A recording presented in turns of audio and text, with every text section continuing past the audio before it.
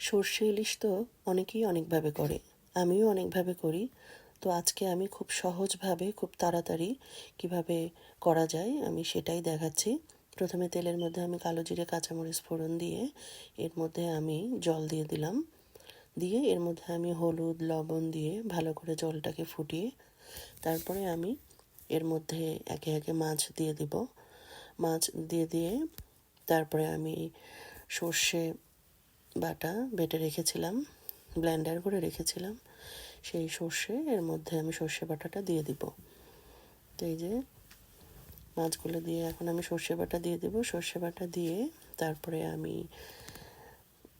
যতক্ষণ না মাছটা সিদ্ধ হয়ে ঝোলটা একটু ঘন হয়ে আসে ততক্ষণ আমি রেখে দেব। আর সর্ষে বাটার ঝোলটা কে কীরকমভাবে রাখতে চান সে সেভাবেই রাখতে পারে। এবং নামানোর আগে আমি কাঁচা সর্ষের তেল দিয়ে দিলাম। তো আমি একটু ঝোল রেখেছি সর্ষে। এই তো সহজভাবে হয়ে গেল সর্ষে ইলিশ।